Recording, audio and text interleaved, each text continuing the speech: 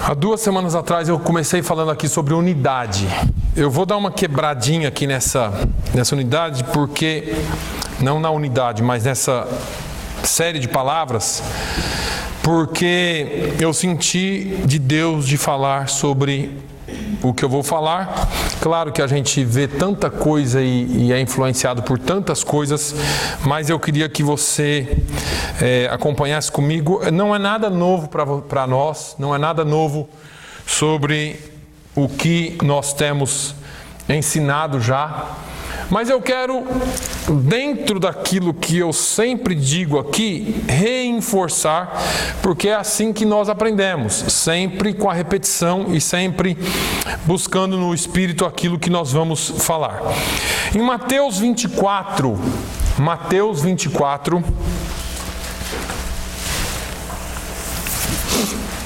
deixa a sua Bíblia aberta aí um pouquinho.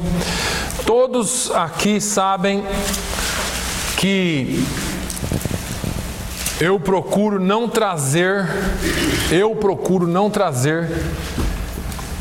nenhum tipo de interpretação de escolas escatológicas nas minhas pregações. Por que eu procuro? Vou explicar melhor isso. Eu procuro não trazer nenhum tipo de interpretação com relação ao fim dos tempos nas minhas pregações, porque todas as linhas de pensamento, ou as principais linhas de pensamento escatológicas, ou sobre o fim dos tempos, têm a sua base na Bíblia. E quando nós falamos de escatologia, quando nós falamos de finais dos tempos, nós podemos tratar do assunto de uma maneira genérica, mais verdadeira. Eu não preciso dizer para você, olha, Jesus está voltando, para você saber que Jesus está voltando. É só você olhar os sinais, é só você olhar o que anda acontecendo na terra. Agora, eu não posso dizer para você, olha, Jesus está voltando amanhã, porque aí eu entraria numa condição de falso profeta, já que a Bíblia nos dá limites para isso. A Bíblia nos dá formas para isso. Mas eu queria ler aqui alguns versículos com a igreja. O capítulo 24 de Mateus fala do sermão profético e do princípio das dores. No versículo 4, Jesus disse-lhes: acautelai-vos que ninguém vos engane. 5, porque muitos virão em meu nome dizendo, eu sou o Cristo, e enganarão a muitos. Aí ele fala das nações contra nações, reinos contra reinos, guerras, terremotos, catástrofes naturais, e ele vai falando até que ele chega no 12, e por se multiplicar a iniquidade, o amor de muitos esfriará, mas aquele que perseverar até o fim será salvo. O que me deixa assim bastante preocupado é que nesse mesmo capítulo, depois você pode ler ele inteiro em casa, ele diz assim, ainda não é o fim, é o princípio das dores. Ele fala que a terra era como se a terra entrasse em trabalho de parto, tendo dores de parto, as nações contra nações e reinos contra reinos. Mas eu quero focar um pouquinho aqui onde ele disse, acautelai-vos que ninguém vos engane. Dentro desse conselho de Jesus, eu quero ir lá para 2 Timóteo, onde sempre uso versículos de Timóteo para trazer conselhos para a igreja. Esse ano eu comecei com conselhos de Paulo a Timóteo. No segundo livro, ou na segunda carta de Paulo a Timóteo, no capítulo de número 4, 2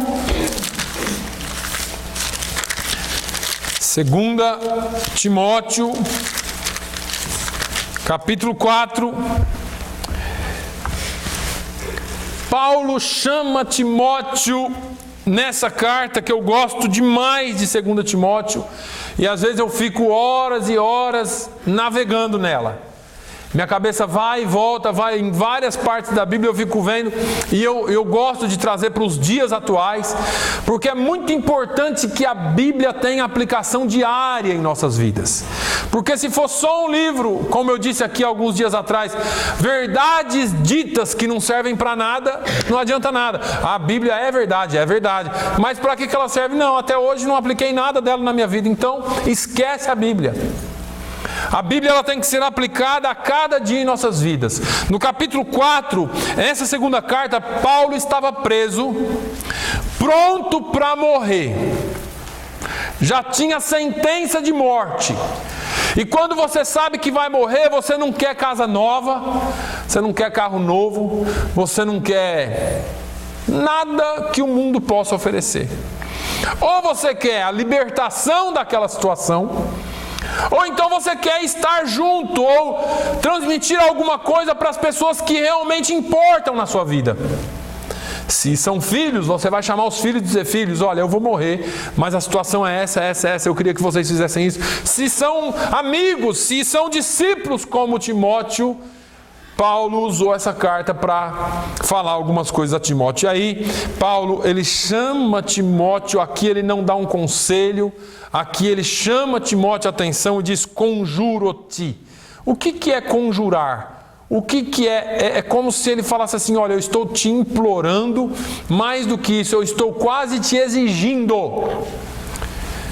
Pois diante de Deus e do Senhor Jesus Cristo, que há de julgar os vivos e os mortos na sua vinda e no seu reino, que pregues a palavra, instes a tempo e fora de tempo, redarguas, repreendas, exortes com toda longanimidade e doutrina. Porque virá tempo em que não sofrerão a sã doutrina, mas tendo comichão nos ouvidos, amontoarão para si doutores conforme as suas próprias concupiscências, e desviarão os ouvidos da verdade, voltando às fábulas.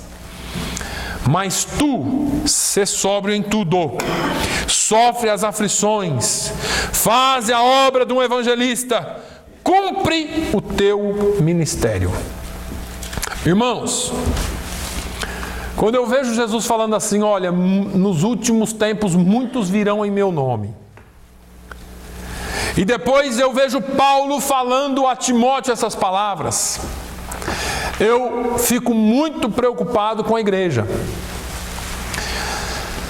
Por que a igreja tem tão pouco impacto no mundo hoje?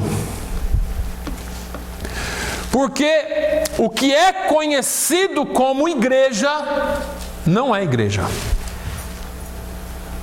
Porque nós, de uma forma geral, nos moldamos tanto ao mundo que não existe diferença entre nós e o mundo.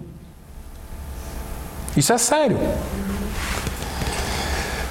Falamos dos religiosos, falamos das pessoas que frequentam a igreja todo dia, criamos coisas, mas nós, se fôssemos fazer uma introspecção daquilo que somos e o que é que nós temos mudado ou vivido, será que tem feito diferença na vida de alguns? Vamos lá. Paulo conclama a Timóteo para pregar a palavra a tempo e fora de tempo. Ele chama Timóteo para redarguir, para repreender, para exortar com toda longanimidade e doutrina. E a gente lê essas palavras e fala assim: mas que é bonito, né? Eu já vi gente pregando isso aqui com tanta inflamação, com fogo, e todo mundo glorificando a Deus, e eu fico pensando: será que nós, igreja, temos vivido isso? Ou será que nós estamos longe disso? Porque ele disse: olha, pregues a palavra. Aqui começa o nosso problema. Temos pregado o quê? Qual é o tipo de evangelho que temos passado? Qual é o tipo de evangelho? Qual que é o tipo de visão de evangelho que você tem propagado com a sua vida? Eu fui correndo lá atrás tentar achar um vídeo para mostrar para os irmãos coisas que me envergonham todos os dias. Essa semana postaram um sujeito, pastor, na televisão no Brasil, vendendo saquinhos de sabão em pó. E venha para a igreja receber o seu saquinho de sabão, porque esse sabão será abençoado, nós vamos orar sobre esse sabão, e quando você levar e lavar a roupa das pessoas que você quer que sejam libertas do pecado, esse sabão vai fazer uma diferença na vida delas, e vai lhes perdoar o pecado. Eu falei, tapa na cara de Jesus, porque o sangue de Jesus não é suficiente mais para perdoar pecados. Nós precisamos de sabão orado por um salafrário, por um filho de Satanás que se julga pastor e cristão. Eu me indigno, eu fico indignado com esse tipo de coisa. Porque esse tipo de sujeito, esse tipo de evangelho que eles estão colocando na televisão, é o tipo de evangelho que eles comparam você.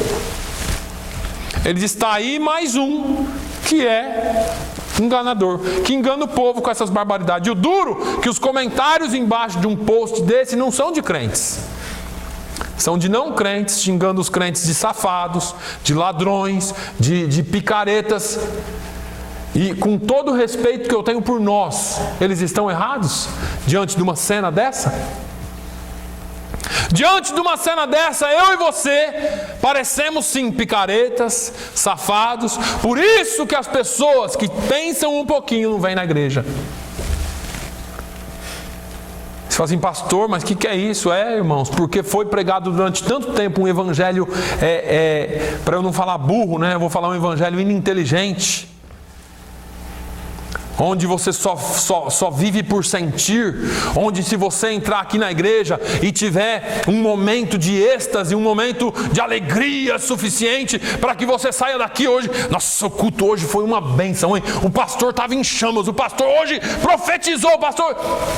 Não, irmãos, Paulo e o Senhor Jesus está falando assim, olha, use a sua cabeça, a inteligência. Você acha que Deus te deu um cérebro para quê, irmão?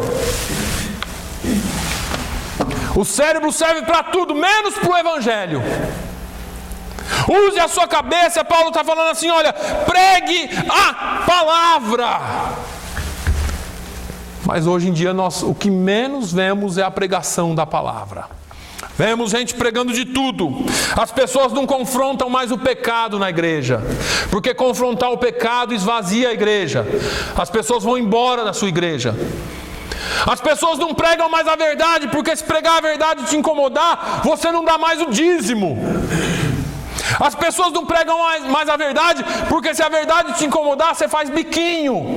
Você não vem mais porque o pastor falou contra você. Deixa eu te dizer uma coisa, enquanto tiver um aqui ouvindo a palavra, eu vou estar pregando a palavra. Eu não vou pregar nada do que você quer ouvir. Eu vou pregar o que o Espírito Santo determinar que eu pregue.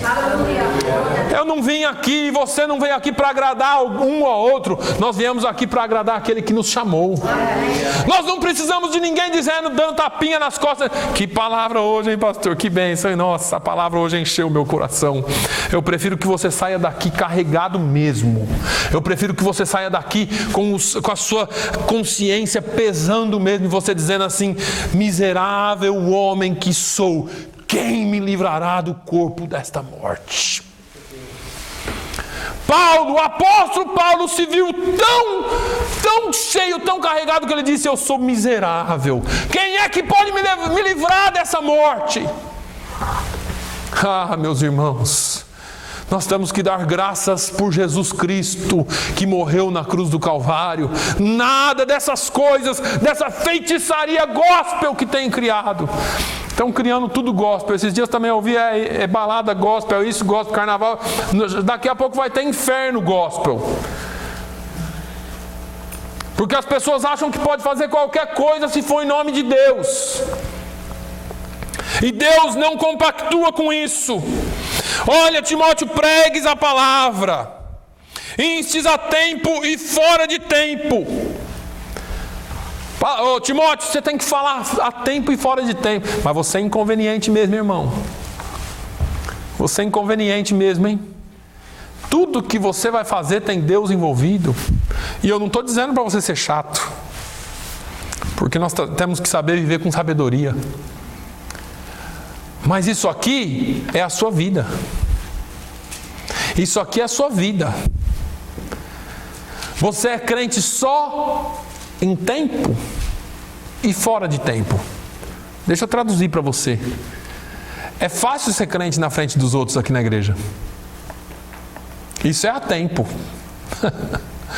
Então no tempo certo eu sou crente. Eu coloco aqui meu terninho e venho aqui para a igreja, falo bonito, dou uns gritos aqui, todo mundo fica falando, nossa, o pastor Naline é uma bênção.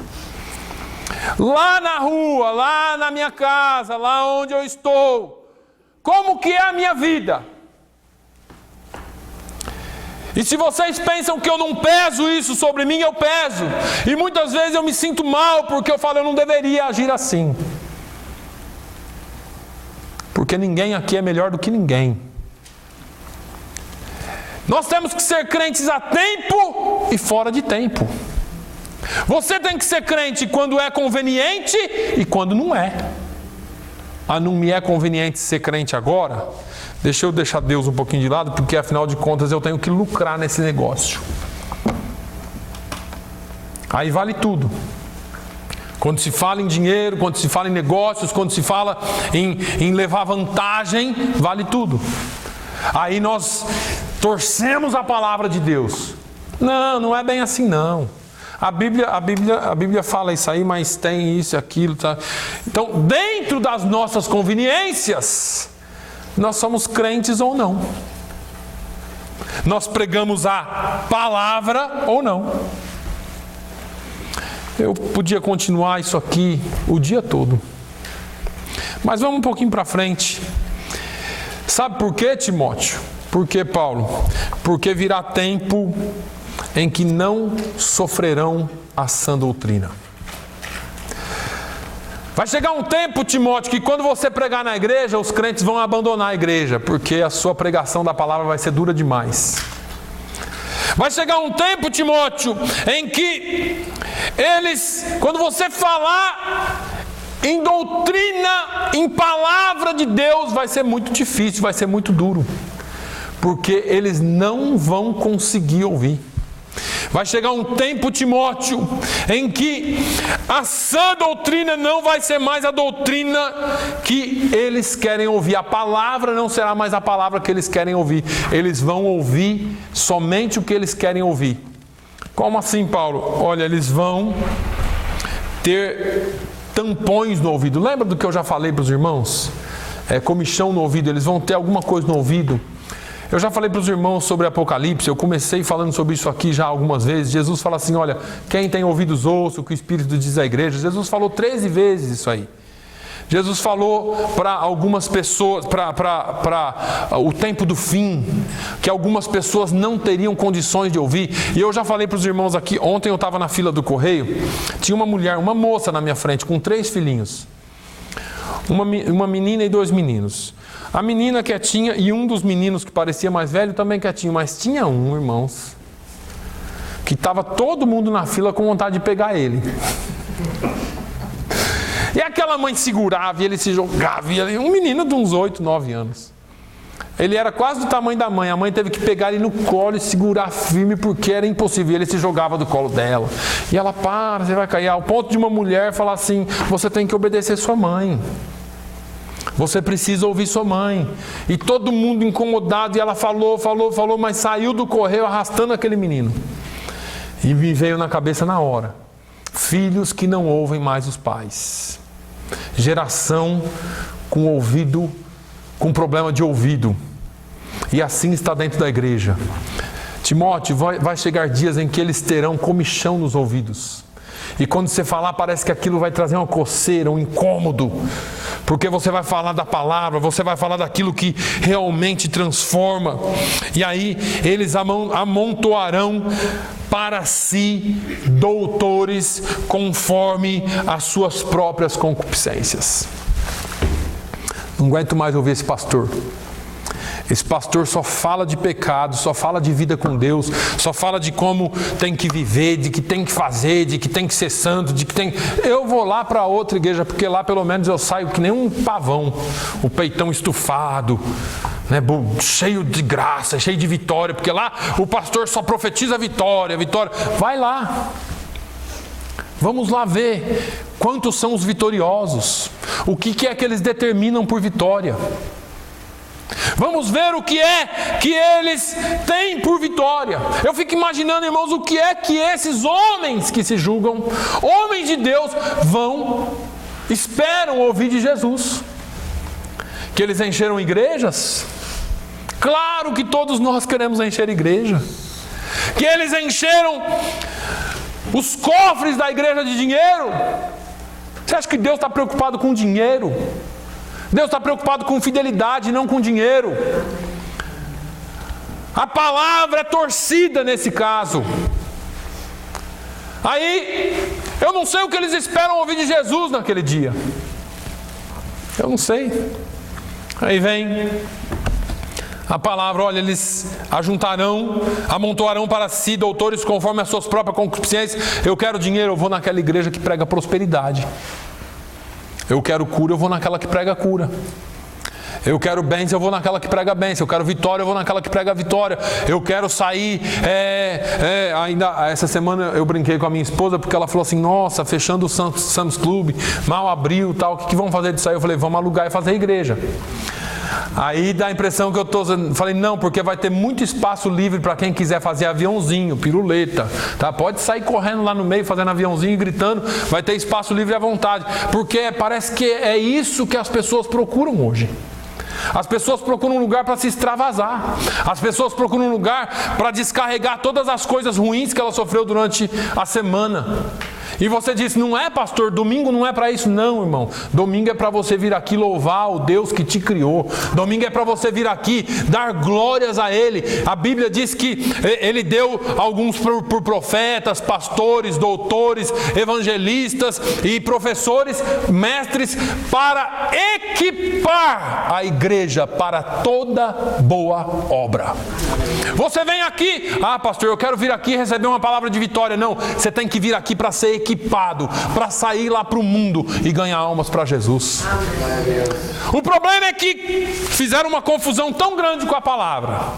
Amontoaram doutores para si, conforme as suas concupiscências. E o ego humano ajuda esse negócio.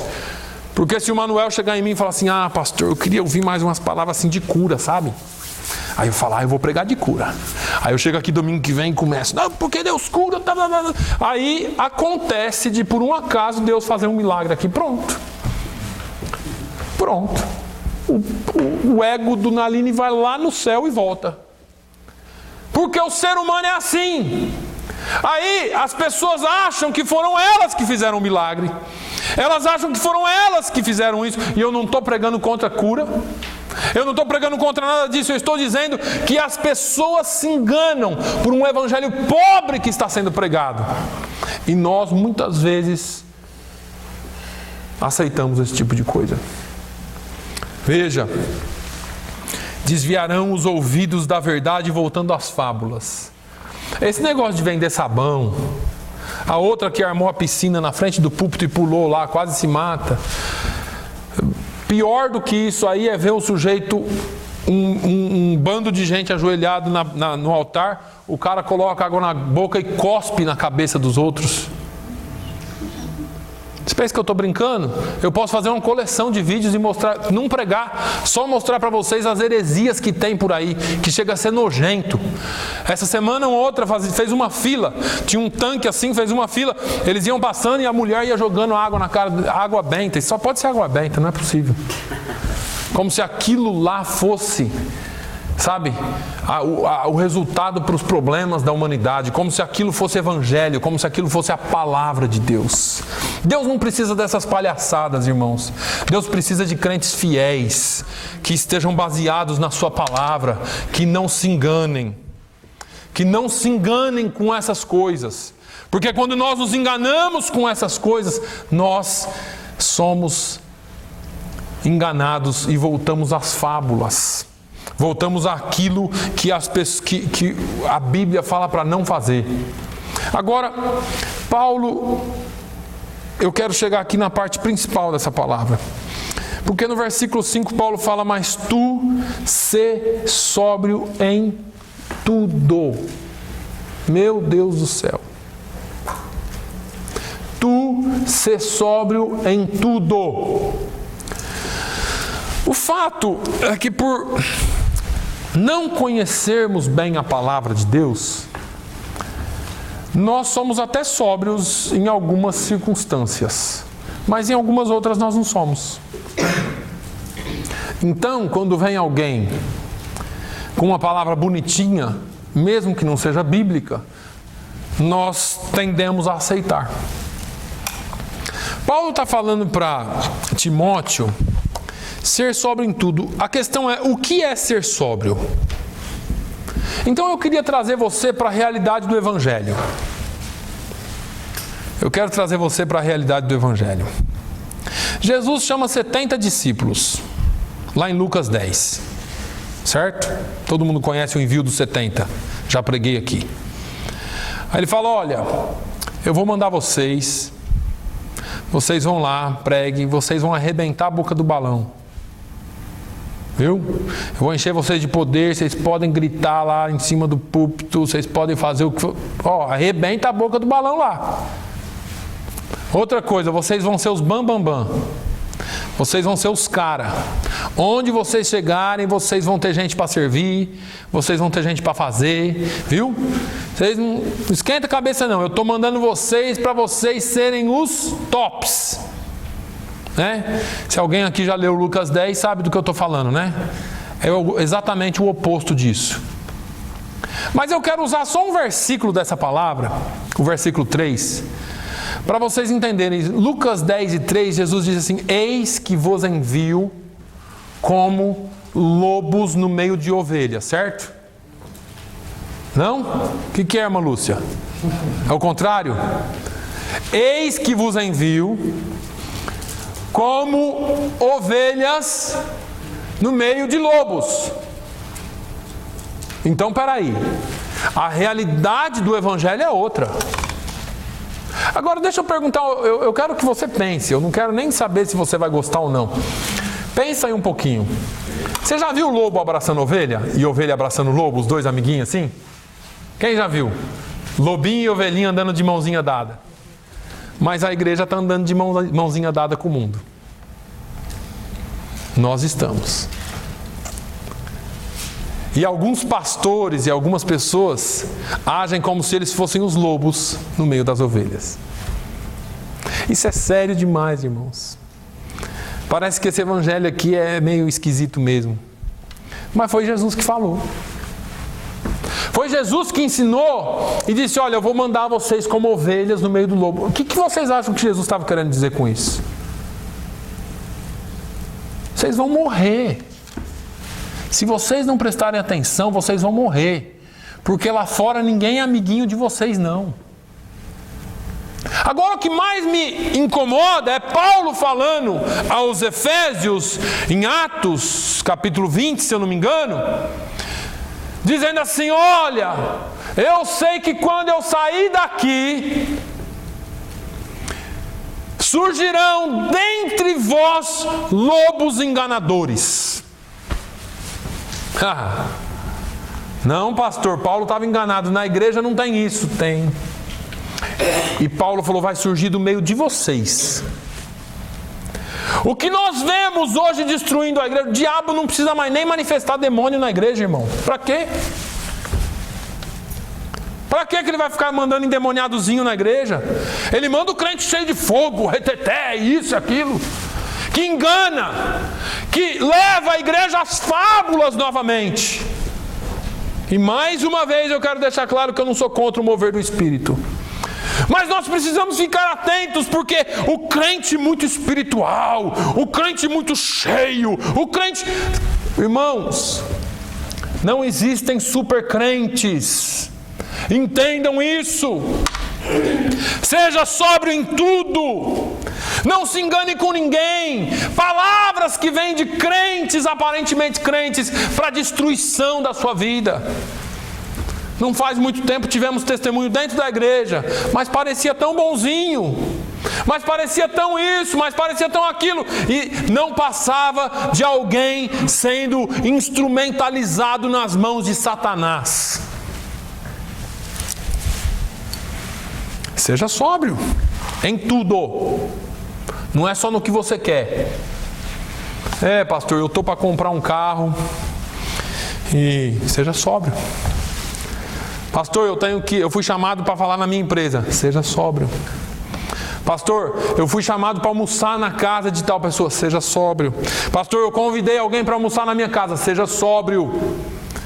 Porque o seu testemunho diz quem é você. Aquilo que nós falamos, a forma como nos comportamos. Pastor, estou indo de férias, viu, irmã Cida e irmão Tony? Estou indo de férias, só comida, pastor. Aleluia. É feijoada, é tutu de feijão, é isso e aquilo. Seja sóbrio em tudo, porque isso dirá a eles quem vocês são. Isso vai dar testemunho para a sua família de quem você é. Eu tive um pastor, uma pessoa amiga aí que foi viajar para um determinado lugar, e quando ele voltou nós conversamos com ele. E aí, o que aconteceu lá? Eu não tive a oportunidade de falar de Jesus. Minha família é muito fechada, fiquei nervoso, não tive a oportunidade de falar de Jesus de jeito nenhum. Por quê? Eles estavam tudo ocupados com a minha mãe lá, leva para o hospital, traz para o hospital. Você levou sua mãe alguma vez ao hospital? Não teve oportunidade mesmo de falar de Jesus. A vida dele não reflete quem é Jesus. Porque se ele tivesse se unido à família para ajudar a mãe, ele estaria falando muito mais de Jesus do que falando versículo bíblico. É ou não é? Aí as pessoas acham que é só pregar a palavra. Não, vamos pregar. Mas então eu não sou pastor, eu não preciso. Não, você é aquele que reflete o brilho de Cristo na terra. Se você não fizer, as pedras clamarão. Mas cuidado. Cuidado. O que é ser sóbrio? É ser ovelha no meio de lobo e saber disso. Bêbado não sabe, né? O contrário de sóbrio é ébrio, né? O ébrio não sabe. O ébrio enche a cara, entra lá no meio dos ladrões. Eu vou quebrar a cara de todo mundo. Não sabe nem do que está falando. Os caras têm até dó dele. Deixa isso aí que bêbado a gente não mexe, né? O bêbado entra na jaula do leão, dá um beijo nele, vira as costas, sai. E dizem que o anjo da guarda de bêbado é mais forte que os outros, né? Porque não acontece, cai de escada, não acontece nada. Mas é porque ele não está sóbrio. Ele não mede o perigo. E a igreja age como bêbada, como ébria. Porque nós somos ovelhas no meio de lobos e nós estamos de mão dada com o lobo. Nós nos conformamos ao mundo. Nós aceitamos o que o mundo tem para nós. Nossa, esse programa é muito bom. Nossa, isso é muito legal. Nossa, isso, aquilo, outro é muito legal. E a gente fica vendo as coisas acontecerem e vamos aceitando. E aquilo passa a ser normal. Irmãos, eu me lembro bem de quando eu pensava assim, quando é que isso vai acontecer? Esse negócio do certo virar errado e o errado virar certo. Não, isso não vai acontecer nunca. Isso é loucura. Eu me lembro pensando nisso. E agora eu fico vendo as coisas e falo, nossa, o que é certo não é mais certo. E o que é errado passou a ser certo. Eu fico vendo isso, eu falo, meu Deus, foi muito rápido. Porque a gente pensa que uma mudança de geração vai demorar 100, 200, 500 anos. Não! Foram 20, 30 anos para que houvesse uma mudança radical. Claro que foi plantado antes. Mas o que é que os nossos filhos vão ver daqui para frente? O que é que nós, como cristãos, estamos deixando para os nossos filhos? Você tem sido sóbrio ou você ainda está no estado ébrio de ser? Você tem se embriagado ou se enchido do Espírito? Ou será que aquilo que você anda fazendo por aí diz outras coisas a respeito de você?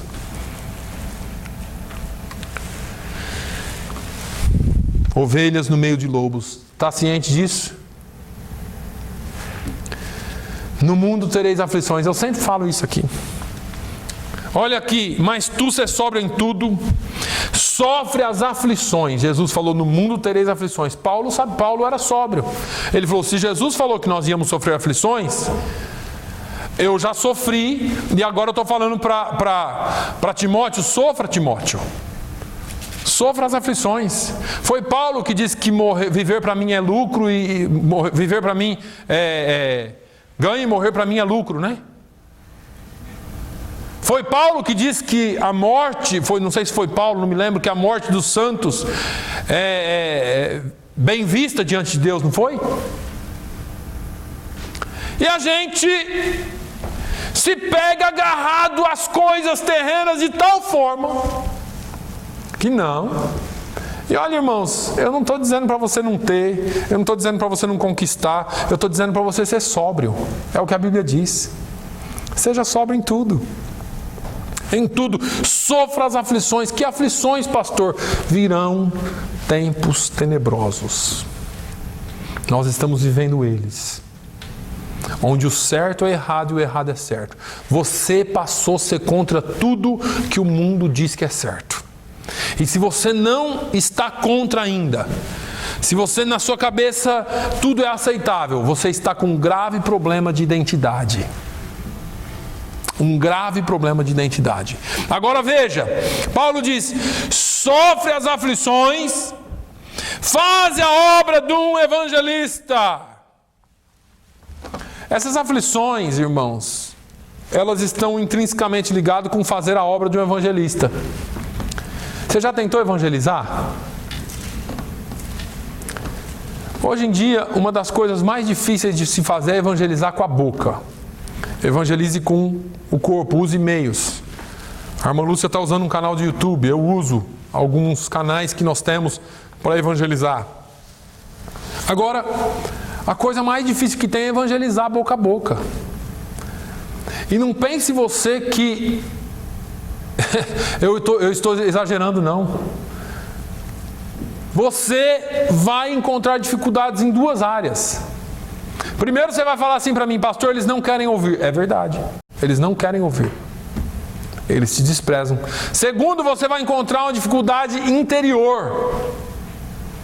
Porque evangelizar é algo espiritual.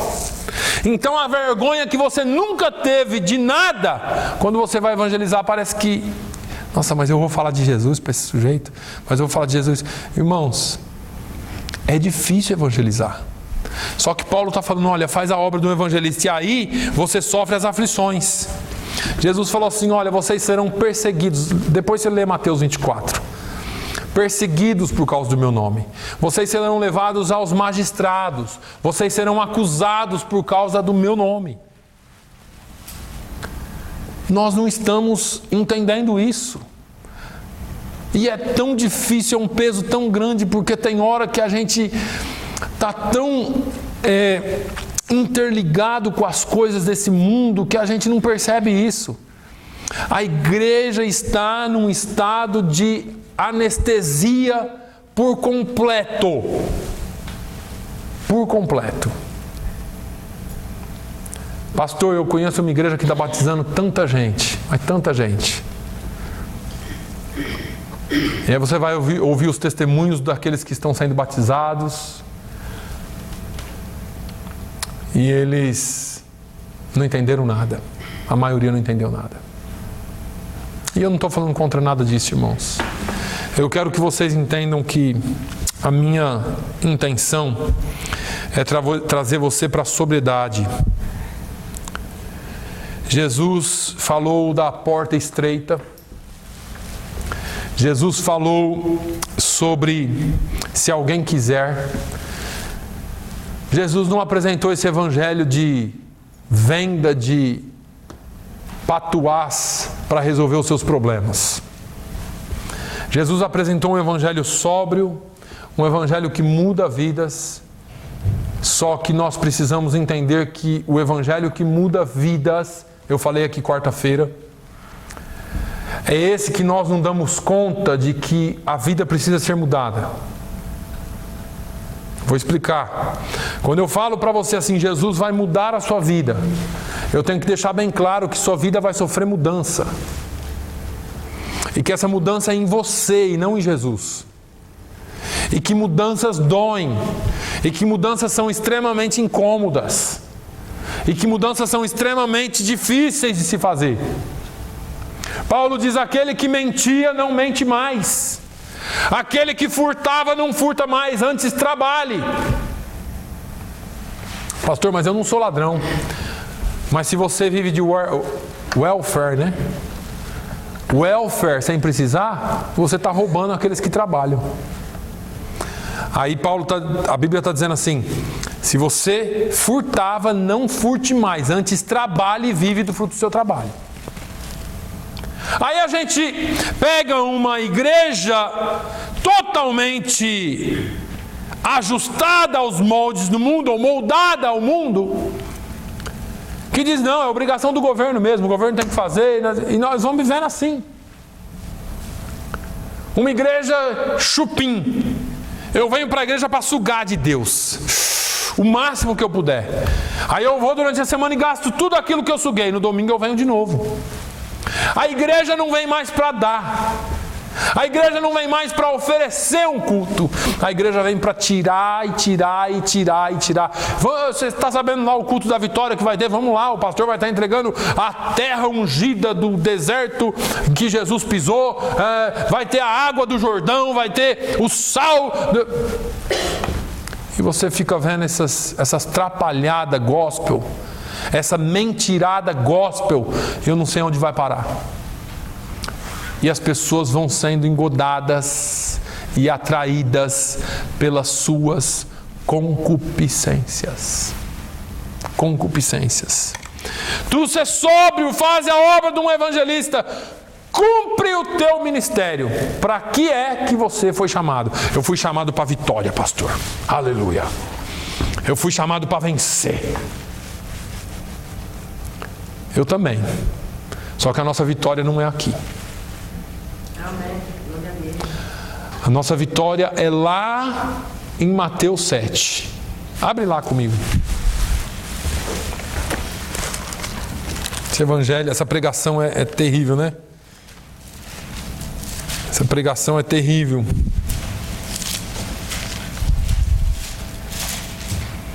Olha aqui no 22, eu sempre cito ele, mas nós vamos ler um pouquinho mais. Muitos me dirão naquele dia: Senhor, Senhor, não profetizamos nós em teu nome? E em teu nome não expulsamos demônios? E em teu nome não fizemos muitas maravilhas? Aqui é o evangelho atual. O evangelho da maravilha, o evangelho da vitória, o evangelho da cura, o evangelho de receba, receba, você, você, você. Esse é o evangelho de hoje. Aí vem: e então lhes direi abertamente: nunca vos conheci. Apartai-vos de mim, vós que praticais a iniquidade. Espera aí, gente. Espera aí. Expulsar demônio é iniquidade? Responde. Expulsar demônio é iniquidade? Não. Olha, profetizar em nome do Senhor é iniquidade? Também não. Fazer maravilha é iniquidade? E por que Jesus está falando isso? Por causa de um estado do coração. Se eu expulso o demônio em nome do Senhor, para o meu próprio bem ou para o meu próprio benefício, isso é iniquidade. Ah, pastor, mas onde é isso? É o que acontece hoje. Vende-se o evangelho para o bem de quem? Da igreja? Não. Tu, vitorioso aqui. Essa igreja de vitoriosos só tem um vitorioso, aparentemente. É o milionário do pastor. E me perdoem, porque eu também não tenho nada contra quem vai lá, dá, quer, faz o que quer. Cada um é atraído e engodado pela sua própria concupiscência. Eu e minha esposa sempre conversam isso, e ela diz assim: o povo também é culpado, porque o povo vai atrás disso. O povo vai atrás do que quer. Eles amontoarão para si doutores, segundo as suas próprias concupiscências. Tem os enganadores, porque tem aqueles que gostam de ser enganado. Palavra séria não. Por que eu tenho que viver em aflição? Por que eu tenho que viver uma vida estreita diante da palavra de Deus? Por que eu tenho que ter a minha vida bem justa e honesta segundo a palavra de Deus, se eu posso viver uma vida light? E na sexta-feira à noite eu vou lá e faço a corrente da vitória, a corrente do descarrego, a corrente seja lá do que for. Vou lá e o pastor vai cuspir um monte de água na minha cabeça e eu vou sair abençoado. É brincadeira um negócio desse. É nojento, irmão. Olha onde que o diabo leva as pessoas. Só orar não dá. Só falar assim, me ajuda aqui em oração, por favor. Eu estou precisando de um milagre na minha vida. Me ajude em oração. Não. Tem que ter óleo envolvido. Tem que ter feitiçaria envolvido no negócio. Tem que ter sal grosso, tem que ter água benta, tem que ter o que for. Pro que é enganado ser enganado. E dá mais dinheiro para o sujeito que está enriquecendo. O sujeito fala de viver uma vida em paz, uma vida simples, mas ele anda de BMW. Como nós vimos agora há pouco lá, a denúncia do sujeito andando de Porsche, BMW, tem avião e helicóptero particular, e os coitados, dos miseráveis, dos favelados que vão lá comprar fronha, comprar travesseirinho, comprar tijolinho, comprar seja lá o que for, e vive na miséria. Aí, vamos continuar um pouquinho. Essas coisas aqui não são iniquidade. É o estado do coração. É que nem Jesus falou dos dias de Noé. Casavam, davam-se em casamento, bebiam, comiam, vendiam. Nada disso é pecado, mas o coração deles estava só nisso. Agora olha lá. Todo aquele, pois, que escuta minhas palavras e as pratica, tem que escutar e tem que praticar. Assemelhá-lo-ei ao homem prudente que edificou a sua casa sobre a rocha. Aí desceu a chuva, correram rios, assopraram ventos e combateram aquela casa e não caiu, porque estava edificada sobre a rocha. Quem que tem a vida edificada sobre a rocha? Ah, quem pula mais, pastor. Quem grita mais. Eu vejo os caras pregando aí, irmãos, me perdoe, tem hora que eu tenho vontade de desabafar. Eu sei que púlpito não é lugar de desabafar, mas você precisa ouvir isso. Hoje nós vamos pregar aqui, nós vamos louvar aqui, e aquele que grita mais é que Deus vai abençoar primeiro. Quantas vezes eu ouvi isso? O que deu aleluia mais forte é que a bênção vai chegar primeiro. Quem diz que Deus precisa de concurso de grito para abençoar? Irmãos, é palhaçada um negócio desse. Eu estou falando indignado como pastor, como pregador da palavra. Tem hora que eu me sinto um palhaço aqui. Não para os irmãos, eu falo para o contexto geral. Porque a gente vem e prega a palavra simples. Irmão, a palavra não é complicada. A palavra de Deus é simples. É difícil, mas é simples. É difícil de viver. É por isso que as pessoas não querem viver. As pessoas querem um negócio mastigado não, eu vivo a minha vida de pecado lá do jeito que eu quiser e chego no domingo aqui e recebo a bênção das mãos do pastor. Quem é o pastor, aliás, quem é o sujeito que se diz pastor para abençoar a sua vida numa condição dessa?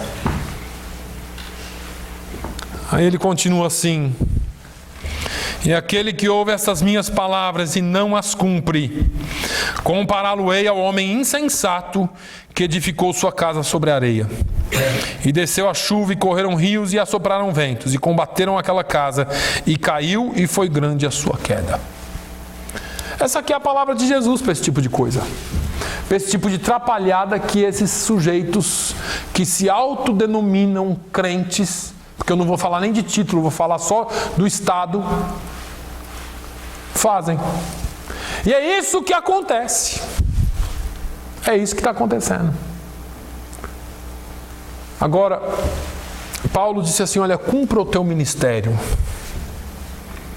Nós fomos chamados para obedecer. Se você falar assim, pastor, eu não sei qual que é o meu ministério, obedeça a palavra de Deus. Nós somos chamados para obedecer. Pastor, eu não sei o que eu faço. Você tem muito a fazer. Viva a palavra. Obedeça a palavra de Deus. Cumpra as palavras que Jesus disse. Porque você só pode ser chamado filho do Altíssimo se você cumprir a palavra de Deus. Hoje, infelizmente, a palavra graça é usada como licença para pecar. Eu vou fazer, depois Deus me perdoa. Jesus derramou o seu sangue de graça para te salvar os pecados. Mas o segundo poder do sangue de Jesus e da graça salvadora de Jesus é te capacitar para vencer o pecado. Você não precisa ficar se lavando todo dia, porque todo dia você se lava e volta para o chiqueiro. Vai lá em 2 Pedro. 2 Pedro fala exatamente isso. 2 Pedro fala daqueles doutores. 2 Pedro fala daquelas pessoas. 2 Pedro 2:20 diz assim: porquanto se depois de terem escapado das corrupções do mundo, pelo conhecimento do Senhor e Salvador Jesus Cristo, forem outra vez envolvidos nelas e vencidos, tornou-se-lhes o último estado pior do que o primeiro.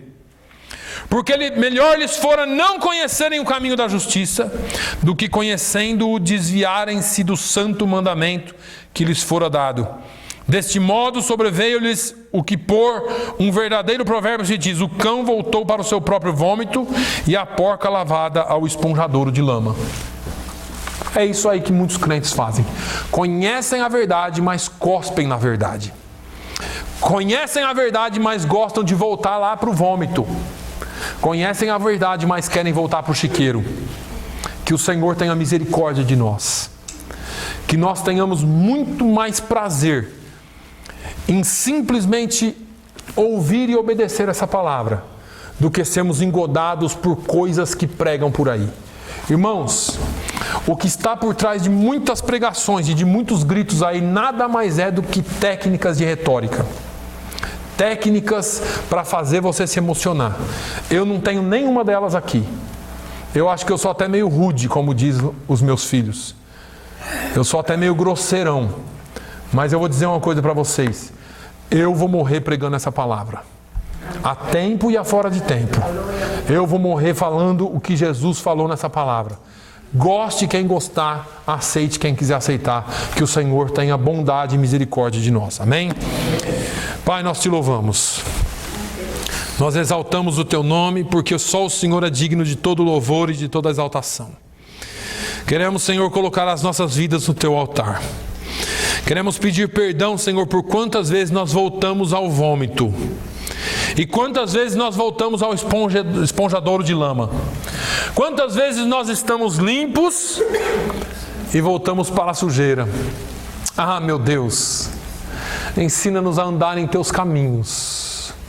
Ensina-nos, Senhor, a fazer a tua vontade, que é cumprir a tua palavra. Meu Deus, ainda que nós não sejamos vistos por muitos, ainda que nós sejamos desprezados por muitos outros, que o Senhor não nos despreze naquele dia. Que nós sejamos dignos de ser achados contados e escritos no seu livro. Ah, meu Deus, dê-nos, ó Deus, a habilidade de ouvir e pôr em prática a tua palavra. E eu quero muito mais do que isso pedir, ó Deus, a ação do teu Espírito em nós pela tua palavra. Senhor, que essa palavra não só seja intelectual, mas que ela seja fogo do teu Espírito em nós. Que nós possamos, ó Deus, cumpri-la com todo o prazer. Como aqueles homens iam para a cadeia, iam para as mortes, para as prisões, dando glórias, achando-se dignos de serem perseguidos pelo teu nome. Assim, Senhor, faz de nós. Que nós sejamos achados dignos de sermos e sofrermos as aflições por causa do teu nome. Que nós nunca venhamos envergonhar o teu nome. Que nós nunca esqueçamos de que, por estarmos ou acharmos que estamos de pé, não podemos cair. Mas que nós venhamos sempre a nos segurar em tuas mãos. Sempre nos apoiar em ti, Senhor, porque só em ti há esperança para nós. Pai, no nome de Jesus, eu oro pedindo a tua força sobre a tua igreja e que nós sejamos capacitados pelo teu Santo Espírito, em nome de Jesus. Amém. Que o amor de Deus, a graça do nosso Senhor e Salvador Jesus Cristo, a comunhão e a consolação do Espírito Santo seja sobre todo o povo de Deus hoje e sempre. Todos digam amém.